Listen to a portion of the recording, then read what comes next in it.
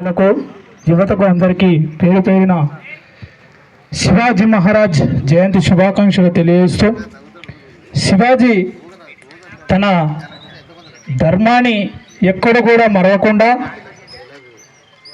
తన హిందుత్వంపై ఉన్న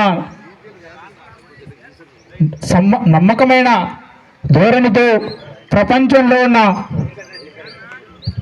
మతంతో విర్రవీగిపోతున్న ఔరంగజేబ్ యొక్క విశిష్ట శ్రేష్టలకు హిందూ ప్రజలను ముస్లిం వైపు మళ్లించడానికి ఆయన ఎన్నో కుట్రలు పన్నాడు.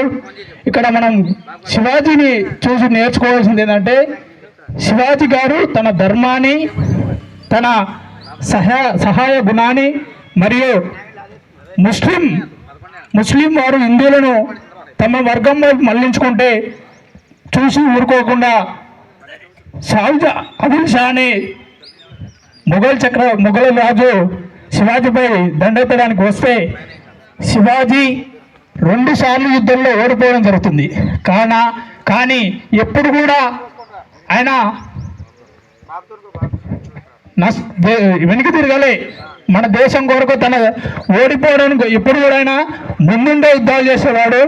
ఓడిపోయినా కూడా మళ్ళీ తర్వాత గెలవాలనే ఉద్దేశంతో 3వసారి గెలిచి తన ఆరోగ్యం సరిగా లేక మరణించడం జరిగింది. తర్వాత తన పుత్రుడైనటువంటి సంభాజీ మహారాజు గారు కూడా తన తండ్రి బాటలో హిందుత్వాన్ని కాపాడుకోవాలనే ఉద్దేశంతో ఎంతో మందితో యుద్ధాలు చేసి, అదేవిధంగా సంభాజీ గారు కూడా హిందుత్వాన్ని ఎంత ప్రేమించాడో తన ఆడపిల్లలను కూడా అంతే గౌరవంతో పూజించేవాడు. ఇక్కడ మనం నేర్చుకోవాల్సింది ఏంటంటే, శివాజీ వల్ల మనం హిందుత్వంపై ఉన్న నమ్మకాన్ని నేర్చుకోవాలి, ఆ ధర్మాన్ని ఎలా కాపాడుతున్నారో నేర్చుకోవాలి. అదేవిధంగా ఆడవారిని ఏ విధంగా గౌరవించాలో కూడా మనం దీని ద్వారా చూసి నేర్చుకోవాలి. అదేవిధంగా ఆయన ఓడిపోతున్నాడని ఎప్పుడు కూడా చిన్న చూపు చూడలే. గెరిలా పద్ధతిని పాటిస్తూ మన మరాఠా సామ్రాజ్యాన్ని కాపాడుకుంటూ హిందువులని హిందూ సామ్రాజ్యాన్ని పడిపోతున్న క్రమంలో ఒక గొప్ప సామ్రాజ్య చక్రవర్తిగా మన హిందూ సామ్రాజ్యాన్ని కాపాడుకుంటూ వచ్చింది. కాబట్టి మనం కూడా ప్రస్తుతం ఎన్నో పక్కపక్క దేశాలు చూస్తున్నాం మన హిందుత్వంపై జరుగుతున్న దాడులను. ప్రతి ఒక్కరు మన గొప్ప విషయం అంటే, ప్రస్తుతం మన హిందూ సామ్రాజ్యం ఉన్న వ్యక్తి మన ప్రధానమంత్రిగా ఉన్నారు. కాబట్టి మన దేశం ఇంకా ఒక స్థాయిలో ఉందని నేను అనుకుంటున్నాను.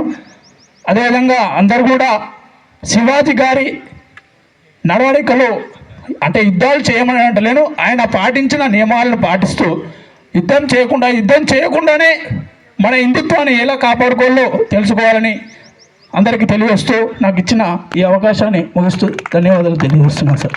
Thank you sir.